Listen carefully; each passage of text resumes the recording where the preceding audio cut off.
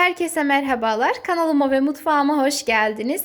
Bugün sizlere çok lezzetli, özellikle de çay saatlerine çok yakışacağını düşündüğüm kıyır kıyır ağızda dağılan pastane usulü üzümlü kurabiye tarifiyle geldim. Her zaman olduğu gibi malzeme listesi açıklama kısmında yazılı olacaktır. Lakin önemli detayları kaçırmamak için videomu sonuna kadar izlemenizi tavsiye ediyor ve hemen tarife geçiyorum. Tarifimiz için 2 adet yumurtayı uygun bir çırpma kabının içerisine alıp üzerine 1 su bardağından 1 parmak eksik, yani ortalama 180 gram kadar toz şeker ve de 1 paket toz vanilin ilave edip çırpıcı ile veya şöyle bir çatalla bir güzel karıştıralım.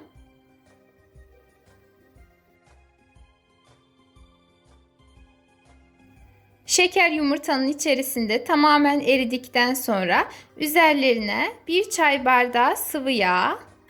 Bu arada kullanmış olduğum çay bardağımın ölçüsü 125 mililitredir.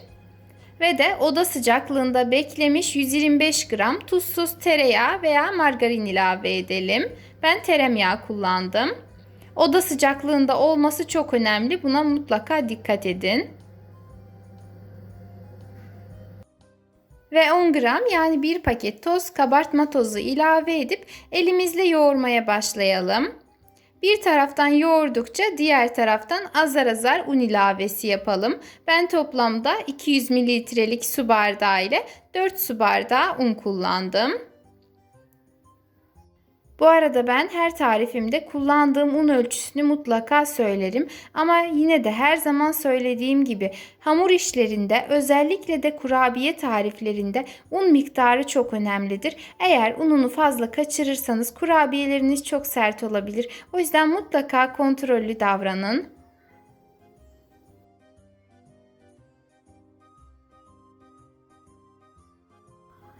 Ve hamuru şöyle güzelce toparladık. Şimdi üzerine 1 su bardağı kadar kuru üzüm ekleyip tekrardan yoğurmaya devam edelim. Eğer kullandığınız üzümlerin boyutu birazcık büyükse doğrayabilirsiniz.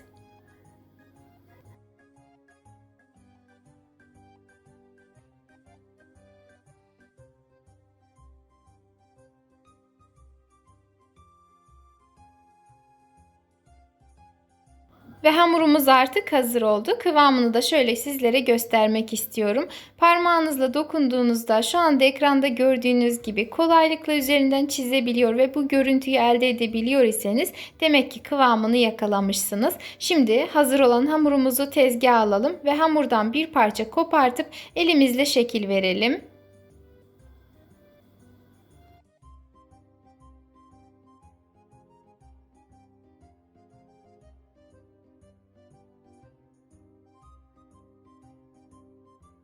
Şöyle hamuru elimle güzelce şekillendirdikten sonra bir zigzag doğrayıcı ile doğruyorum. Dilerseniz bıçakla da dilimleyebilirsiniz veya daha kolaya kaçmak isterseniz elinizle şekil vermeyi tercih edebilirsiniz. Ve şekil verdiğimiz hamurları yağlı fırın kağıdı serilmiş fırın tepsisine dizelim. Daha sonra ise geriye kalan hamurun tamamına da aynı işlemleri uygulayalım. Bu arada eğer tarifimi buraya kadar izlediyseniz, beni her nereden takip ediyor iseniz yorum kısmına bulunduğunuz ili, ilçeyi veya ülkeyi yazarsanız çok sevinirim.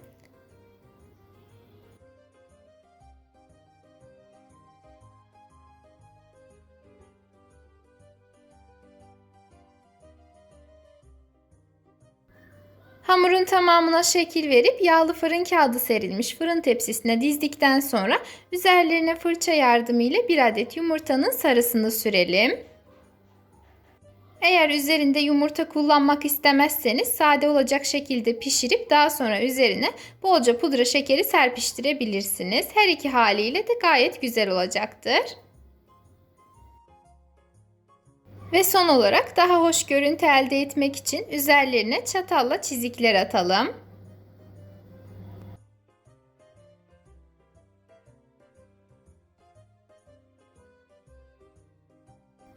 Ve hazır olan kurabiyelerimizi önceden ısıtılmış 180 derece fırında altı ve üzeri kızarıncaya kadar pişirelim. Ortalama pişme süresi 15-20 dakikadır.